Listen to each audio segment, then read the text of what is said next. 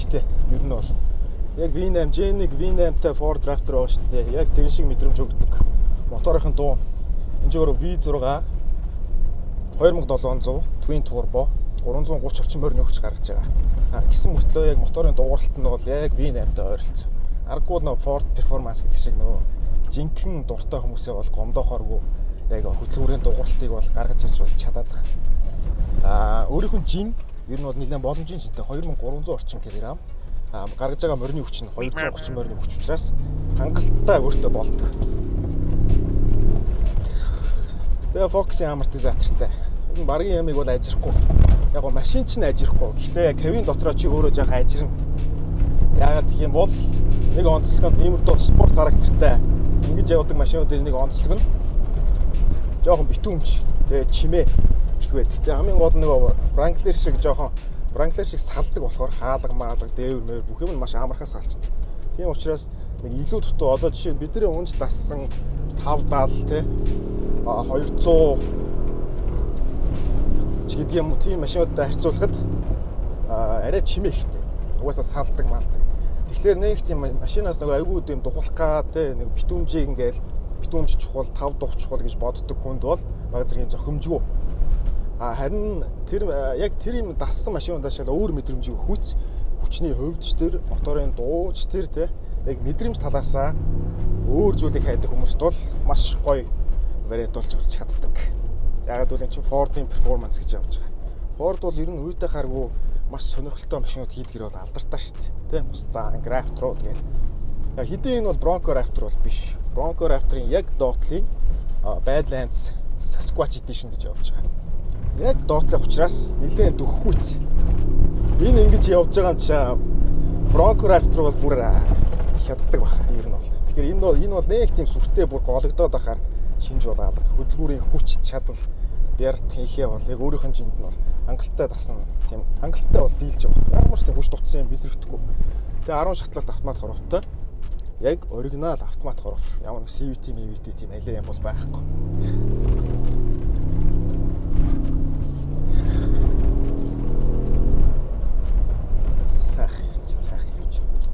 Аргагүй Ford-ийн хүмүүс юу нэрнээс уулж авдсан шүү дээ. Яг өмдөө өгж байгаа кайф мэдрэмжтэй. Түрүүнийг хариалгаж буусан. Тэгээд тэр хариагаад буух үед бол тэр Ford-ийн амортизаторын ажиллагаа бол төгс юм байна. Ерөөсөө яг хариагаад пад гээл газар яг зоогдож байгаа юм шиг янзын бол ямар ч кузууны ганхалт сэвэмэвэ тийм бол ерөөсөө түрүүн бол огт мэдрэг гайхалтай юм лээ. Яг performance тал нь яг л ерөөсөө Raptor ямар байх хэвээр тэрэн шиг.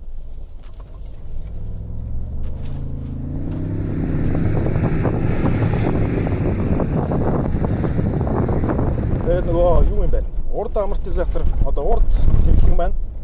Үл хамаарах буюу салангад хойноо чулаагтай учраас хэрцэнгөө нөгөө бүтэн чулаагтай машинуудыг бодох юм бол 5 дахь хувьд арай зөвлөлт талтай. Бүтэн чулаагч чинь нэг сул тал нь жоохон хатуу болох гээд байдаг. Яг машин бүр тэнэг хүнд биш л бол. Жоохон хөнгөвтөр дунд зэргийн жинтэй мөртлөө бүтэн чулаагтай байх юм бол ер нь аюултай нэг бүр ядраад нь шүү дээ. Энэ болохоор арай тийм биш. Урд амортизатор урд яг систем нь зүгээр ингээд тусдаа гартаа гэсэн үг. Хойноо бол чулаакнд байдгаараа байгаа. Тэгэхээр ер нь оффроудын тал дээр яг л нөгөө одоо ерөнхийдөө яг тэр бүтцэн одоо бидний сайн мэдэх тэгээд 570 200 Prado одоо Forerunner ч гэдэг юм уу. Машинууд бүгд бас яг хойноо чулаактай урдаа үл хамаарах байдаг шүү дээ. Тэрнтэй адилхан гэсэн үг. Тэгэхээр гэхдээ жингийн хувьд бол харьцангуй хөнгөн учраас ийм нэлээд хөнгөн шингийн явдалтай. Ер нь нэг тийм жоох. Энийг зарим хүмүүс болохоор жоохон юу гэж муулж болох вэ гэх юм бол жоохон явдал нь жоохон динжигэнсэн юм байна. Жоохон духгүй байна гэж хэлж бол магадгүй. Гэтэ энэ Fox амортизаторын ажиллагаа нь угаасаа тийм спортлог учраас угаасаа юмыг маш сайн шингээх зорилттой учраас тэсвэртэй байх зорилттой учраас жоохон хатуу тохиргоот. Гэхдээ хатуу гэдэг нөгөө нурууны өвддөг одоо хөгшин настай хүмүүнд л ч юм уу те эсвэл нэг жоохон маягтай хүндэл хатууд нөө гэхээс биш мань мэд залуу хүнд бол харин ч яг сайхан болоод байгаа юм.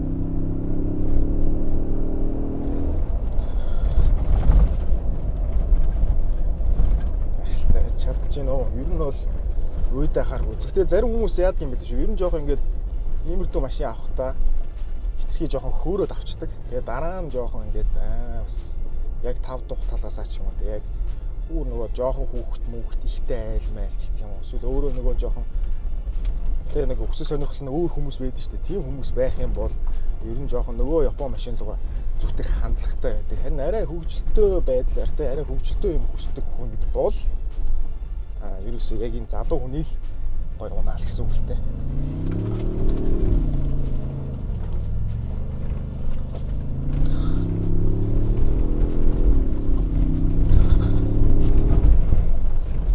Шингээлт бол янзтай байна. Зүгээр дотор мэдрэгч юу мэдрэгч юм гэхээр нөгөө салж малдаг хаалганууд юм аа л жоохон холхинол мэдрэгч. Тэрнээс биш нэг тийм сүртэй айхтар нэг алж чадчихгаалаа. Тэгээ бүр одоо бүр нэг юм чулуу шиг машинууд байдаг шүү дээ. Тест. Хөдөлгөөн бүр хүнийг ядраадаг.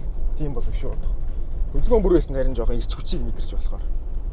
Яг тэр характер бол зөв Raptor, ер нь Ford ямар хуу байдаг вэ? Raptor ямар байдаг вэ гэдэг бол ерөөсөө энэ машинаас бол унаа явж хахад маш ойлгомжтой. Өрүүл мөрүүлч гэсэн ерөнхийдөө яг тийм ч айхтар зөвлөнч биш, тийм ч айхтар хатууч биш, яг гоё барьцал сайтай эргэлт мэргэлтэн дээр дарж явах тул дэжгүй. Их биеийн тогтвор бол ер нь бас дэжгүй талтай байгаа шүү. Нэг тийм амар бүр ингээд тэгтлээ бүр ханарж ирэхэд байгаа юм бол байхгүй. Том жип нэв шиг. Тэгээ нэг Япон жипүүд ч нөө хитрхи зөөлөн болохоор бүр нэг тоормс гişих төдийдл нэг жоохон тоормс хүлэн авах төдийдл нэг ийм хөдөлгөөнтэй байдаг бол энэ бол эргэлт мэргэлт бол ер нь дэжгүй шүү. Нэг тийм айхтар бас хүн зоогоод бүр ингээд ханарсан тийм хөдөлгөөн бол алах. Ер нь жоохон спортлог шин шүү дээ. Ер нь Fox-ийн амортизаторын ажиллагаа нь бол ер нь их сайн талтай юм байна. Нийлт мэрэгт бол дэжгүй шүү. Тэгээ бүүст бол тий.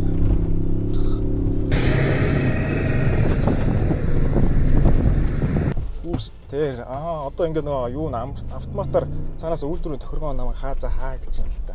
Уул нь бүх юм салгацсан байна. Тэгтэл бас ухаалаг ажиллаж шээ. Намайг жоохон хитрүүлчихнэ гэж бодоод байгаа юм л та машин маань. Тэгээ яг огцом хаа зүхэд нөгөө турбодоо хөдөлгүүр учраас бүүст бол хоцорж орж ирнэ. Жоохон хүлээгдэнэ. Тэгээ нэг жоохон амс хийсний дараа яг гоё орчиж байна.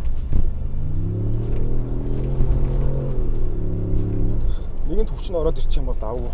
Угаасаа нөгөө турботоо машин гэдэг турбо лаг гэдэг үзэгдэл байгаа ш. Тэр яг тэр л. Стор бол болж ер нь бол тийм амар одоо дүлийч гэдэг юм уу. Ер нь нэлээд адреналиныг бүүсэлж болж чадчих шүү. Гол нь энэ V6 моторынхоо дууг яаж энэ V8 шиг дуургадаг болгох ч юу те. Тэр бол их гоё шийдэл. Яг нэг V8-ийн хөнгөнсөн дуу байдаг ш те. Яг тэр шиг дуурч байгаа байхгүй. Тун давгүй шийдэл.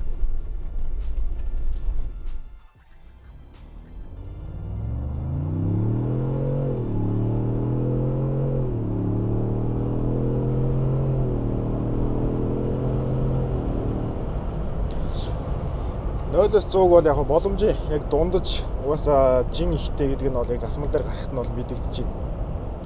Ихтэй яг засмал дээр явж байгаа одоо 5 дух гэдэг юм бол байгаа шүү дээ. Тэр бол бас харьцангуй нөгөө урд хойно бүтэн чулаагтай машиныг бодвол гоё тэнцвэртэй бас намблаг байж болж чадчихна. Гоё ингээд тэгээ нэг юм гоё нэг наалдаж явдсан шүү дээ замтайгаа.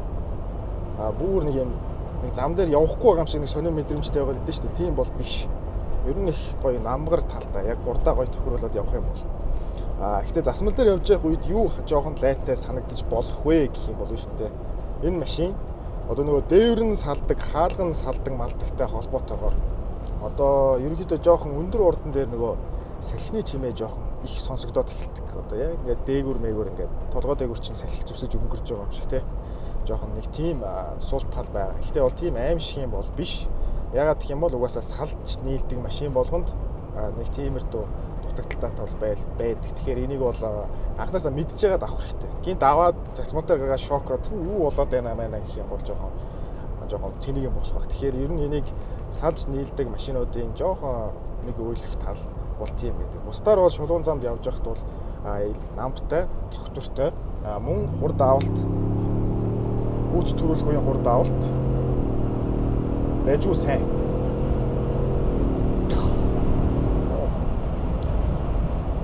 Ер нь давгүй шүү. Бүүст орж ирж байгаа дээрээс нэг тийм сүртэй бас цаг алдж байгаа юм бол гайгүй байна. Сансныг бодох юм бол. Тэгээ бүр уншаа зарим нэг мөнхөрчдөө шүү дээ. Тийм бол биш. Тун давгүй талтай. Тэгээ намтай явдалтай. Тэгээ шил нь бас жоохон бософтер учраас нөгөө босоо шилтэй машинуудад нөгөө салхины эсэргүүцлийг бол нэлээд жоохон өөртөө тултлаа. Жоохон илүү мэдрээд идэг. Гэх мэтчлэн нэг жоохон нэг тийм машины одоо дизайнаас үүдэлтэй нэг тиймэрдүү ганц хоёр зүйл байна. Яг явж явах үеийн тав дух талаас бол ер нь их давгүй айгүй гоё намлцсан. Одоо энэ Fox-ийн амортизатор чи их зүүн ажилт юм биш үү? Яг шорон дээр ялангуяа баахан мод дээр тавиад ирэх юм бол янзын чангараад бүртэй байсан. Яг гоё шорон дээр амортизатор гоё хатуу байх юм бол машины их биеийн сэвэ мэвэ гэдэг юм байдаг шүү дээ. Энийг бол ер нь бол баг сэвэ мэдэрсэнгүү дээ. Нэг ингээл гэдэг шүү дээ. Тийм юм бол түрүүн шорон дээр бол мэдрээгүй. Тэгмээд одоо яг засмал дээр болохоор бас яг гоё намблаг ажиллаж чадж байгаа байхгүй. Сансныг бодвол илүү гоё зөөлөн намблаг гэхдээ тогтвортой. Тэгэхээр энэ амортизаторын тохиргоо нь бол нэлээд гоё шийдэл болсон юм шиг. Яг шорон дээр яг яаж ажиллах ёстой, тэгээ оффроуд горим дээр ямар байх ёстой гэдэг тэрийг бол гоё хийсэн байна. Засмал дээр яаж гоё явах уу гэдэг талаасаа тухтай байх уу гэдэг талаасаа тэрийгээ ч гэсэн бас гоё шийдсэн. Тэгэхээр энэ Fox-ийн амортизатор бол ажиллагаа бол янзтай. Түрүүний тэр үсрээд ээж албаар үсрэх гэсэн. Тэр үсрээд буух үед бол яг л нам бууж байгаа юм да. Шүгэ буугаал машинч нэг ингэж сэвэл бүр ингэж ингэдэж штэ. Тэтэл тийм байхгүй зүгээр яг нэг богшидээ нөгөөтөд пад гэж наалтж байгаа юм шиг л хэмжээний бууж илээ. Тэгэхээр Fox-ийн амортизатортай нэг энэ машин бол ер нь бол яг л Raptor шиг л характертай байна дөө. Тэ моторын дуу тэ бүх юмнаас нь ихсүүлээд. V6-аас гарч байгаа гэхэд гоё дуу байхгүй.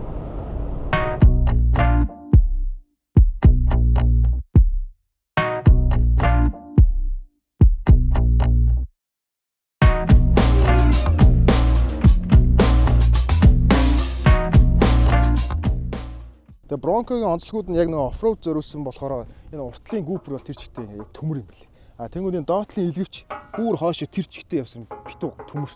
Ямар ч доотлын нөгөө кастер мастраа цохиж хагалан магалгах тийм айдас бол байхгүй. Тэгээд тэрнээс гадна өмнөх онуудын Bronco-д байсан нэг асуудал нь Tiaga амархан хугалчих гээд байдаг байсан. Тэгмээ Tiaga гам болгоод энэ гар нь хүртэл ган. Ерөнхийдөө яг нөгөө Bronco Raptor-ын ид ангуудтай гэж бол ярьдаг юм бэл. За тэгээд тэрнээс гадна энд нэг юм хоёр одоо нэг эвэрхүү юм байгаад байна. Тэгээ энэний зориултыг бол би жоохон одоохондоо ойлгохгүй байгаа л да. Одоо энэ дээр эсвэл нэг юм тавих гээд байна уу? Эсвэл энэчээсээ нэг юм гуяад тийшээ холбох гээд байна уу? Энийг мэддэг хүн байх юм бол ер нь комент бичээд үлдээчихвэл бас зүгээр байх. Тэгээ энэ яг Badlands Sasquatch гэдэг пакэж болоод ирэхээр дугуй нь хүртэл 35 инчийн дугуйтай болчих. Тэгээ Fox-ийн амортизатортай. Тэнгүүд 35 инчийн дугуйтай болчихгоо хамаагүй өндөр тавьчихсан босоод ирчих юм байна. Энгийн яриа доод опшны Bronco-нуудаа бодох юм бол. Тэгээ нэг өсөндөө ер нь бүтэн яг Bronco Raptor-ын яг доотл буюу ер нь битүү явахыг данг дугуй муу амортизатораас ихсүүлээд ер нь бол оффроуд дээр нэг толгой өвдөхгүй айдас гэдэг юм дахиж болохоор тийм найдвартай мэдрэмжийг бол төрүүлэхээр. За хойд тийхлэг бол чулаагтай. Тэгэхээр энэ суналт нь ер нь хэрэг байгаас харуулсан зүг байх гэж бодож байна. За ойролцоогоор нэг 36-35 см орчим суналттай. Одоо уртлыг наа. За уртлын дугуйных болохоор за нэг 26 орчим сантиметр. Тэгээ урталтаа нөгөө sway bar disconnect юм байлээ. Тэгэхээр одоо яг энэ max суналт нь ерөөхдөө энэ хавцаа болж гарч байгаа шүү. Гэтэ хамгийн гол нь угаасаа нөгөө бүтэн чулаагтай биш. Урдаа бол гартаа үл хамаарах. Хойноо болохоор хамаарах буюу чулаагтай болох уртлын суналт харьцангуй угаасаа бага үүдэг. За Bronco-гийн доторт бол их сонирхолтой шийдэлтэй. Яадаг вэ гэхээр одоо ингээд салууны ашигласан материал ерөөхдөө байгаа байдлыг ингээд хүрээд үзэх юм бол ер нь бол дандаа нөгөө Jimny-тэй зөвлөж ярих нэг зүг юм шиг байна. Яг нөгөө одоо дандаа хөвчлийн экстрим нөхцөлд унана гэж бодъё л да. Тэгээд одоо ингээл хаалгаа авчин, тэгэл дээвэр мэвэр авчин, шороо, мороо, бороо, засан цаашин те. Шавар мавар бүх юм болно. Бүхэн машинлоо чи ерөнхийдөө орж ирнэ бүр яг нөгөө зэрлэг одоо жинхэнэ нөгөө зориултаар нь идэлих юм бол тэр тохиолдолд яг салоныг арчхад маш эвтэйхэн, цэвэрлэхэд маш эвтэйхэн материалтай. Ер нь нэг чихтэй алчуураар базаал сайхан бүгдийг гүйлгээл арчхад бол янзын цэвэрлэгийг хийсэн юм шиг тийм өнгө орохоор одоо гоё шийдэлтэй элдв илэг мэлэг ч гэдэг юм уу те. Тэгээ маягтай одоо комфорт бол тав тухтай тийм материал бол байхгүй. Ерөнхийдөө өөрийнх нь зориулт нь ондоо учраас яг зориултын дагуу бүх юм тоноглогдсон, шийдэгдсэн байдаг. Тэгээд яг дотор салонын талаасаа гэх юм бол за энд бол нэг бүхий хамгийн гол гормод буюу sway bar disconnect хийхээс эхлээд урд дифференциал, хойд дифференциал, хойд дугуйд цоожлж байгаад эргэлтийн радиусыг богино болгож ирэх мөн traction control-оо унтрааж асах гэмээр товчлуутай. Traction control-оо бүрэн унтраа гэх юм бол энэ дээрээ нэлээд удаа 3-аас 5-аас за 5 орчим секунд харахад бүх юмаа салгаж байгаа.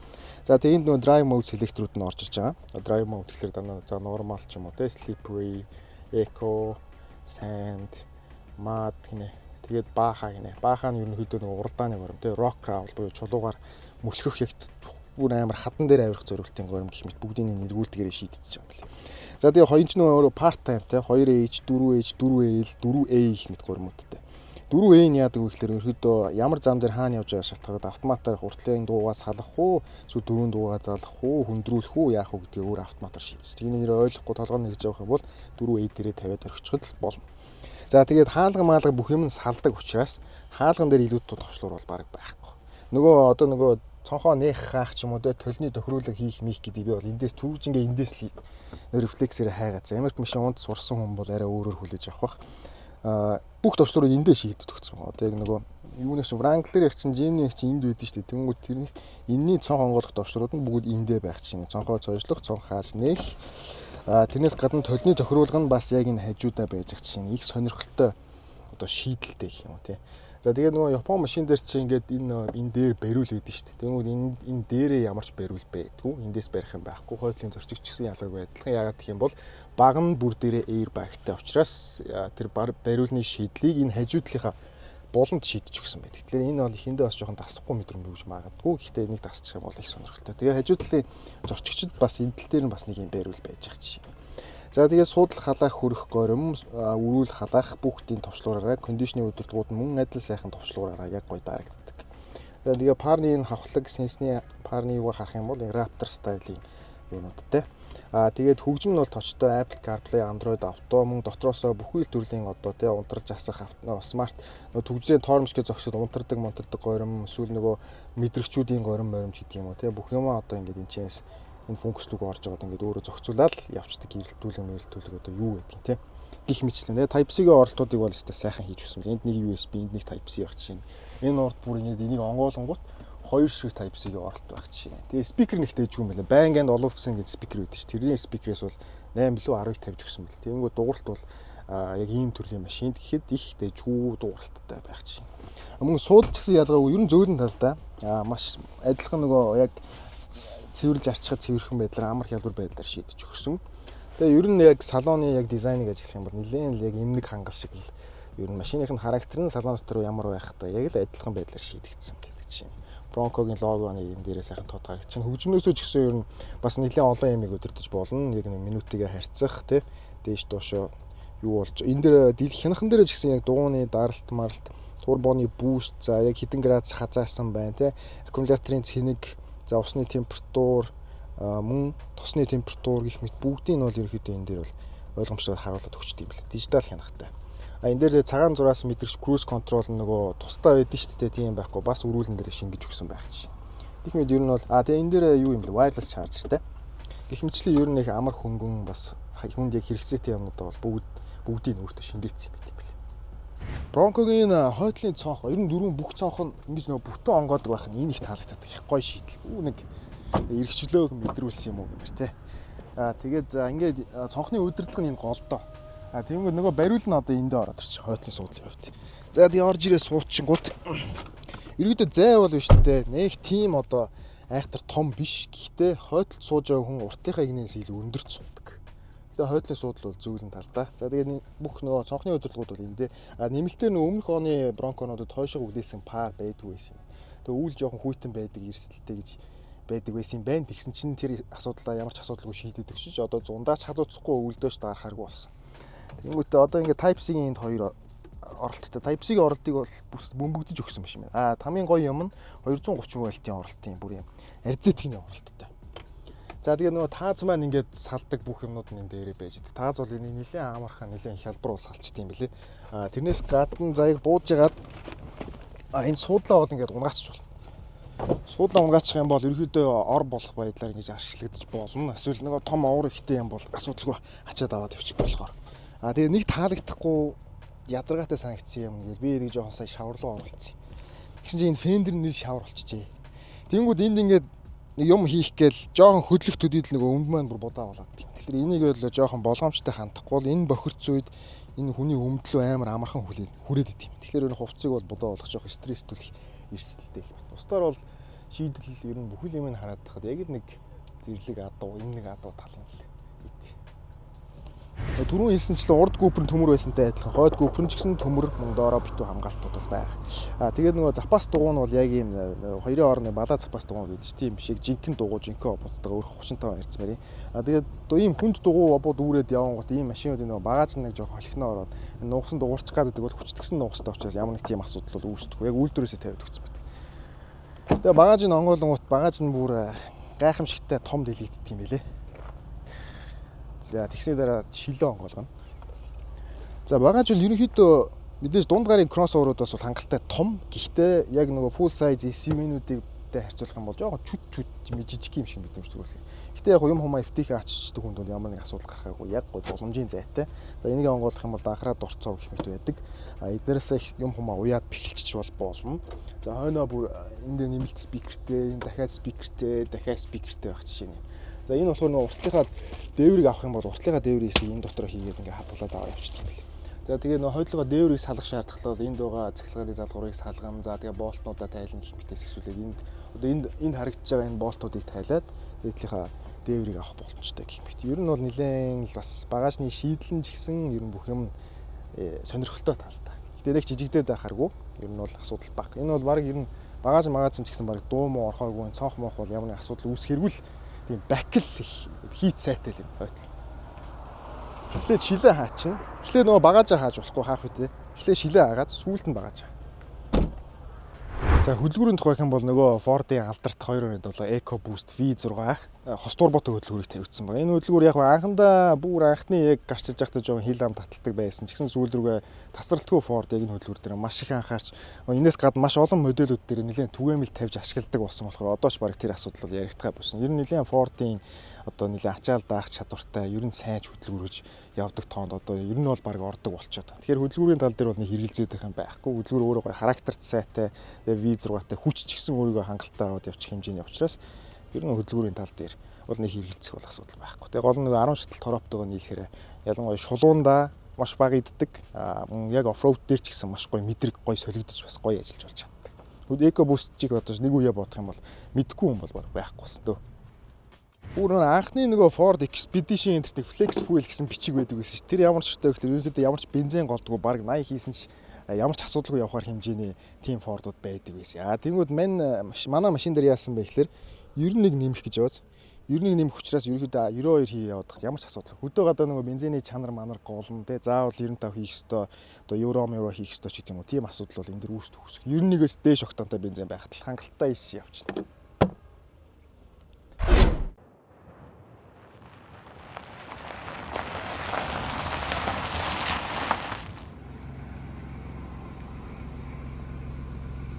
Хүмүүс Bronco гэдэг нэр дээр гайхчихж магадгүй. Ямар ч та нэр вэ гэх юм бол Mustang-тай адилхан ялгаагүй Америкийн нэг төрлийн эмнэг азраг адууг хэлдэг. Тэгэхээр энэ машины характер яг л нэр шигээ Mustang ямар байдгүй тэрнтэй адилхан Bronco-гийн яг өөрийн гэсэн тэр характерыг мэдрэхийг хүсэх юм бол Bronco-д эргэлзэх зүйл огт байхгүй гэсэн үг.